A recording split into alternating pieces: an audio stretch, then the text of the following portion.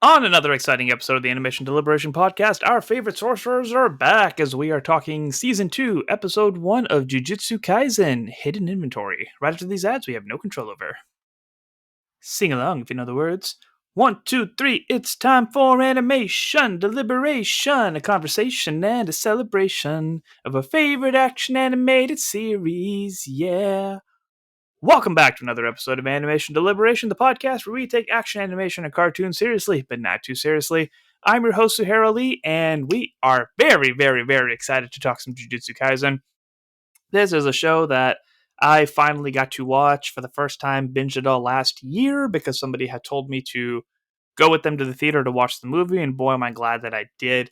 This is excellent storytelling, excellent animation, probably the closest thing to Team 7 in Naruto that we've gotten since Naruto. And Lord knows I'm excited to just talk about season 2. As you guys have noticed, I'm the only one here today, meaning I have no notes, I have no script, I'm just going to be all over the place, and that's just what happens when I'm by myself, so take that for what it is. A lot of people have been texting me about how they've been confused with this first episode. A lot of them did not know that there was going to be this venture back in time, but that's what we're getting. It's 2006. Satoru Gojo. The story is kind of like based around when he was a second year student at Jujutsu High. And I will admit that even though I did have the time to, not have the time, made the time, there was very inconvenient times that I was rewatching this. But in my rewatch, there was maybe like one or two people that I didn't quite notice or recognize. I know when we were first speculating about the season, when we saw the characters for the first time, I didn't recognize Shoko. So we thought that there was just some, mystery character that was part of this team. And then you wonder, like, we're getting to see what happened between Gojo and Geto. And I thought that she was like some sort of like collateral damage in their spats, but turns out that she's a character that is alive and well and active in our current season. So that was the only one that I kind of need some clarification on. And for those of you who did not get a chance to rewatch season 1 or the film Jujutsu Kaisen Zero before going into this season, that was one of the characters. I'll go through the other ones that we got to see. Obviously, Satoru Gojo we mentioned, Suguru Geto. I think the movie was the first time that we got to see him in action. It was the first time, like, really, flexing his powers. And I really want to. I'm glad that they're doing these first 5 episodes as this flashback because there's a lot of mystery about him and where he stands. And we got a good peek of that in the movie, which was like season 1 was current events, and then the movie was in the past, and then now we're even going even further in the past. So it's like lay all of this stuff out so that when we hit this 18 episode streak of current events, we kind of have like all of the framework. One of the reasons I was happy that I did get to watch the movie because it was a prequel movie is that they talk about the events of this movie very heavily in season 1.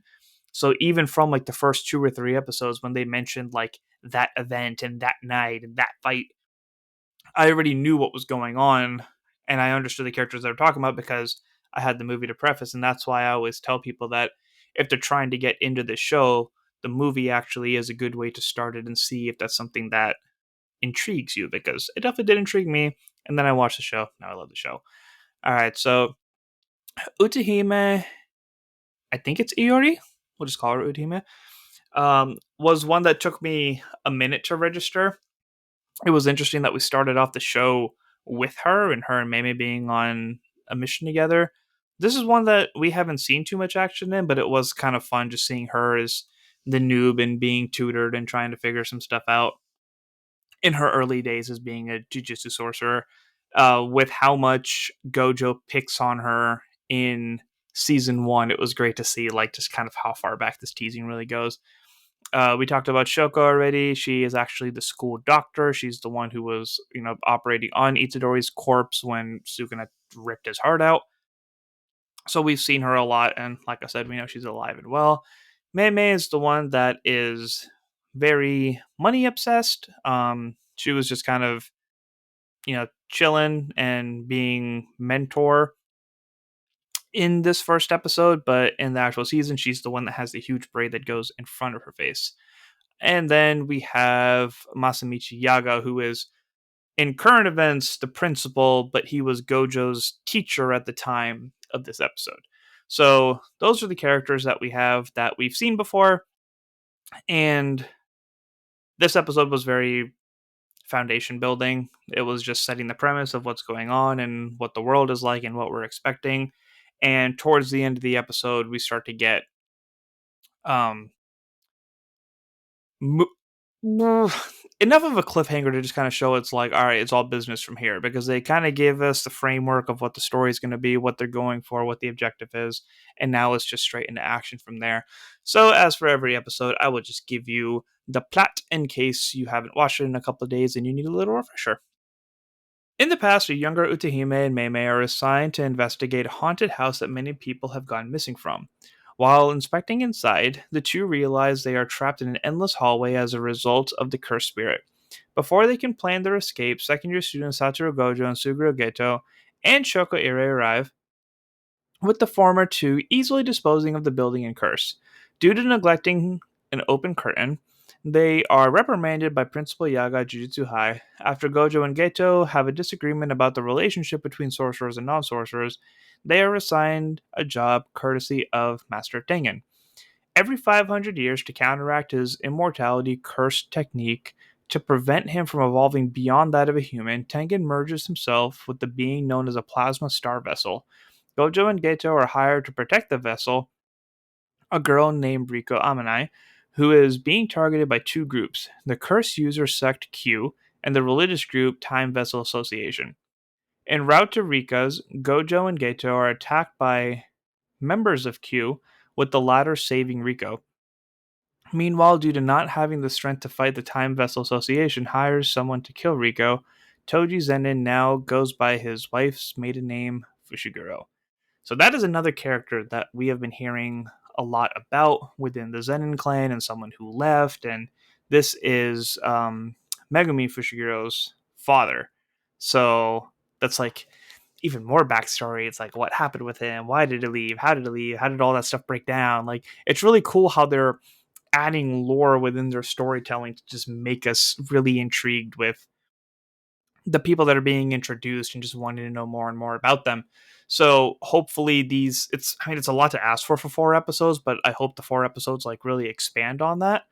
And if not, I'd be amazed if the 18 episode stretch of what is being known as the Shibuya incident, um, manga readers, I've been told that you guys are excited.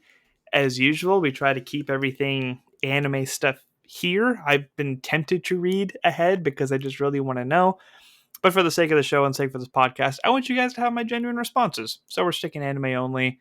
Um, I'm really excited for this. There's been a lot of hype about this arc, and I want to see what the hype is about. Let's see. I know I was going somewhere with that when I derailed and have no idea where it was now.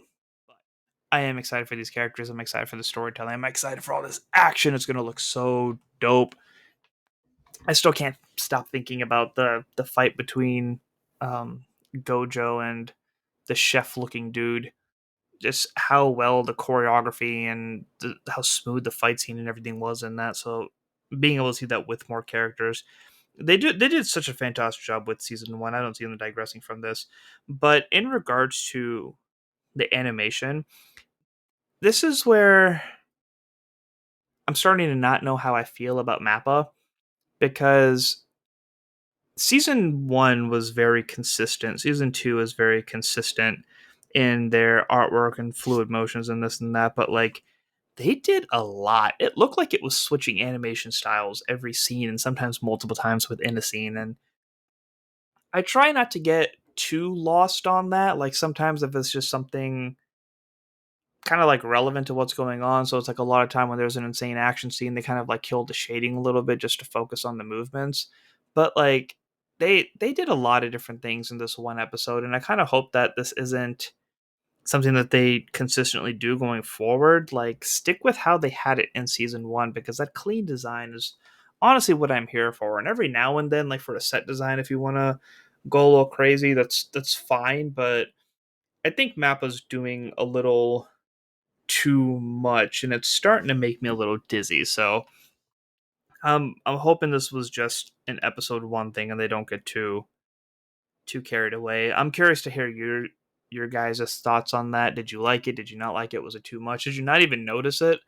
Because sometimes that could be important too. Like I said, I like to get lost in the storytelling, um, but this episode, that definitely like kind of pulled me out of it a little bit. I'm not sure if I have too much to add to this. There's just a lot of anticipation, a lot of excitement. Episodes are dropping every Thursday, and all these animes decided to come out like roughly around the same time, which honestly I'm not complaining. Outside of anime, we have Secret Invasion on Wednesdays, then Jujutsu Kaisen on Thursday, then Rurouni Kenshin on Friday, and then Bleach Thousand Year Blood War on Saturday. So it's like we are not short of any content. The new Superman series, I think that drops on weekends as well. It's on Adult Swim on one night and then hits Max, just Max, not HBO Max, just Max, the next day. And there's been a lot of good reviews for the first episode.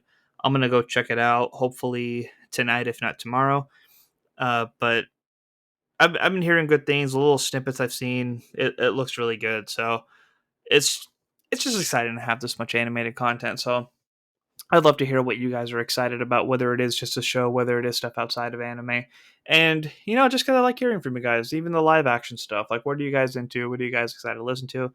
Um, so things like the the announcement of like how these episodes are breaking down for Jujutsu Kaisen, we try to throw news like that on this week on animation episodes. We don't do it every week, but when we do have enough of a build up, we try to hit all these stories. We try to hit your feedback, and we try to tell you guys the things that we're excited about. So please join us there.